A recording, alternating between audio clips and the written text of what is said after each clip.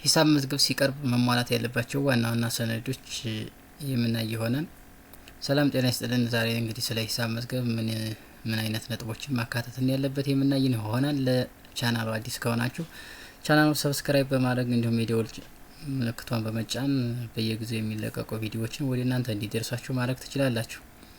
እንግዲህ ሂሳብ መዝገብ ማለት ምን ማለት ነው የሚለውን መጀመሪያ ማየት ይጠበቅብናል። ሂሳብ መዝገብ ስንል ወይም አካውንቲንግ ሪከርድ ወይም ቡክ ኪፒንግ የምንለው ማለት የሂሳብ መዝገብ ማለት የንግድ ወይም የግል ገንዘብ ግብይቶችን በትክክል መመዝገብ መደበኛ ማድረግና መከታተል ሂደት ነው ማለት ነው። ሂሳብ መዝገብ ስንል እንግዲህ ያው ግብይቶቻችንን በትክክል መመዝገብና መደበኛ ማድረግና መከታተያ ሂደት ማለት ነው ማለት ነው።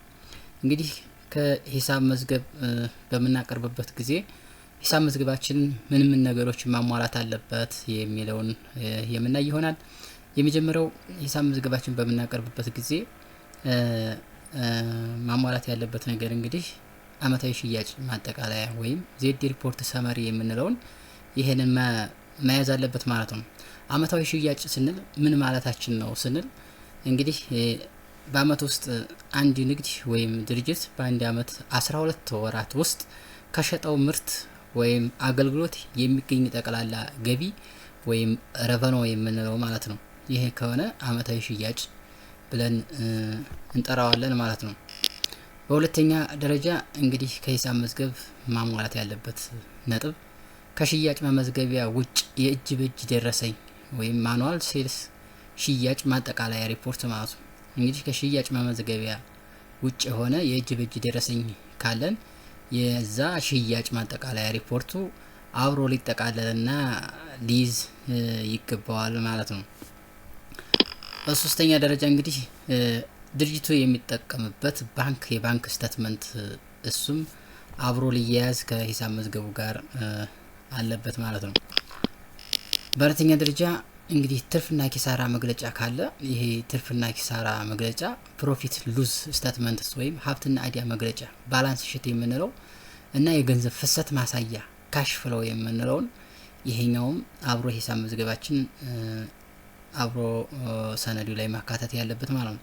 እንግዲህ ትርፍ ስንል ምን ማለት ነው? ይሄ ፕሮፊት የምንለው ማለት ከሽያጭ ገቢ ወጪዎችን ከተቀነሰ በኋላ የሚቀር ይሄ ትርፍ እንለዋለን ማለት ነው። ከሽያጭ ገቢ ወጪዎችን ከቀነሰ በኋላ የሚቀር ይሄ ትርፍ ብለን እንጠራዋለን ማለት። ኪሳራ ማለት ንግድ ወይም ድርጅት ከሚያገኘው ገቢ ላይ ወጭ ሲያወጣ የሚፈጠር አሉታዊ ውጤት ነው።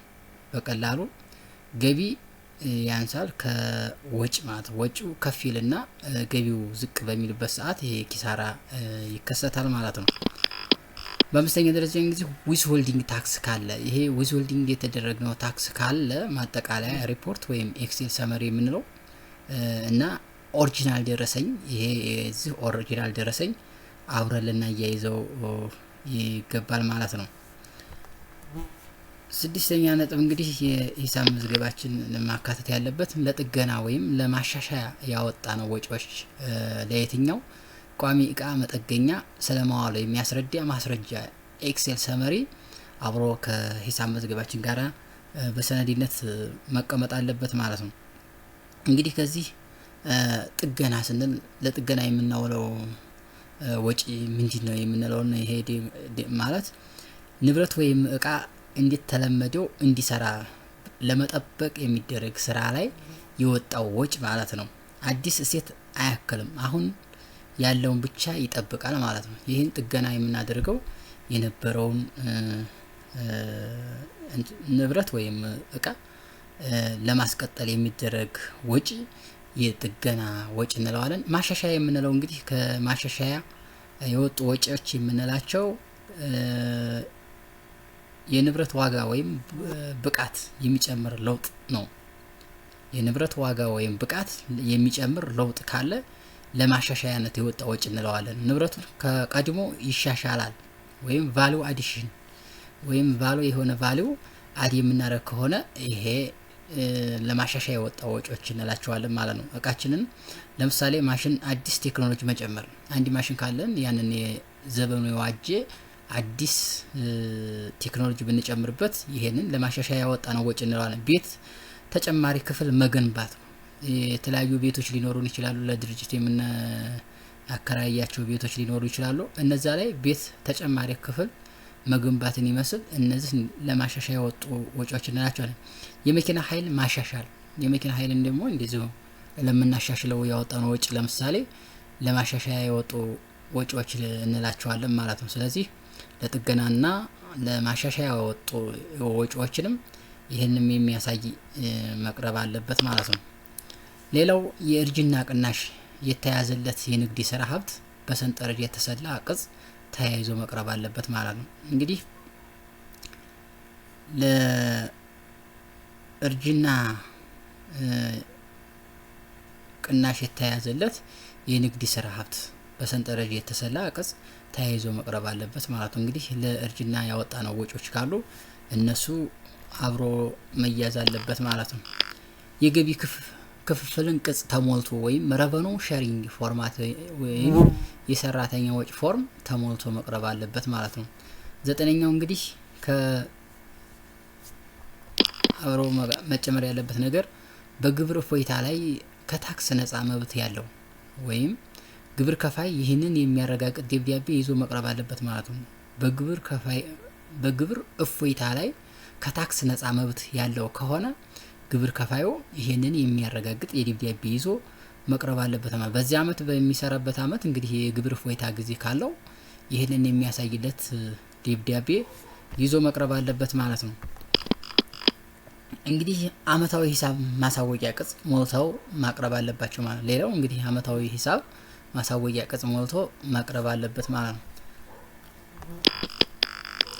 ሌላው ኦንላይን ያሳወቁበትን ኦንላይን ዲክላሬሽን ፕሪንት አውት አያይዞ ማቅረብ አለበት ነው። እንግዲህ በኦንላይን ላይ ያሳወቀው ካለ ያን ኦንላይን ያሳወቀበትን ኦንላይን ዲክላሬሽን ፕሪንት አውት ያያይዞ ከሰነዱ ጋራ ማቅረብ አለበት ማለት ነው። በ12ኛ ለእርዳታ የተሰጠ ስጦታ ካለ እንግዲህ ደብዳቤና ገንዘብ ገቢ የተደረገበት የባንክ ስሊፕ ለእርዳታ የተሰጠ ስጦታ ካለ ይህንንም ገንዘብ ገቢ የተደረገበትን የባንክ ስሊፕ እና ደብዳቤውን አያይዞ ማቅረብ አለበት ማለት ነው።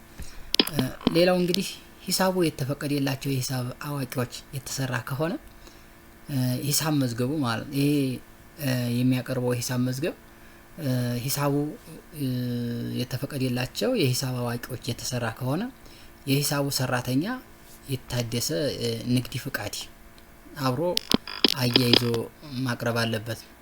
ሌላው እንግዲህ ሂሳቡ በድርጅቱ የሂሳብ ሰራተኛ የተሰራ ከሆነ የሂሳብ ሰራተኛ የትምህርት መረጃ፣ የሰራተኛ መታወቂያና የቅጥር ደብዳቤ ተያይዞ መቅረብ አለበት ማለት ነው። እንግዲህ አንድ ነጋዴ ሂሳብ መዝገቡን በሚያሰራበት ጊዜ በሂሳብ አዋቂዎች ወይም በድርጅቱ በሂሳብ ሰራተኛ ሊያሰራ ይችላል።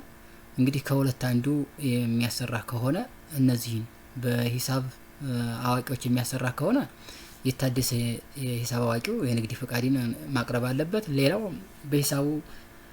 በድርጅቱ የሂሳብ ሰራተኛ የተሰራ ከሆነ ደግሞ የሂሳብ ሰራተኛ የትምህርት መረጃና የሰራተኛ መታወቂያ እንዲሁም የቅጥር ደብዳቤውን አያይዞ ከሂሳብ መዝገቡ ጋር ማቅረብ ይጠበቅበታል ማለት ነው። እነዚህ እንግዲህ ሂሳብ መዝገብ በሚቀርብበት ጊዜ ሊካተቱና ሊታወቁ የሚገባቸው ዋና ዋና ነጥቦች ናቸው። እንግዲህ በዚህ ላይ አንድ አዲስ ወይም ለመጠየቅ የምትፈልጉት ነገር ካለ ኮሜንት ላይ ማስቀመጥ ትችላላችሁ። እኔም ኮሜንቱን እያየሁ ኮሜንቱ ላይ መልስ ልሰጣችሁ እወዳለሁ። በሌላ ጊዜ እስከምንገናኝ ድረስ መልካም የስራ ጊዜ ይሆንላችሁ።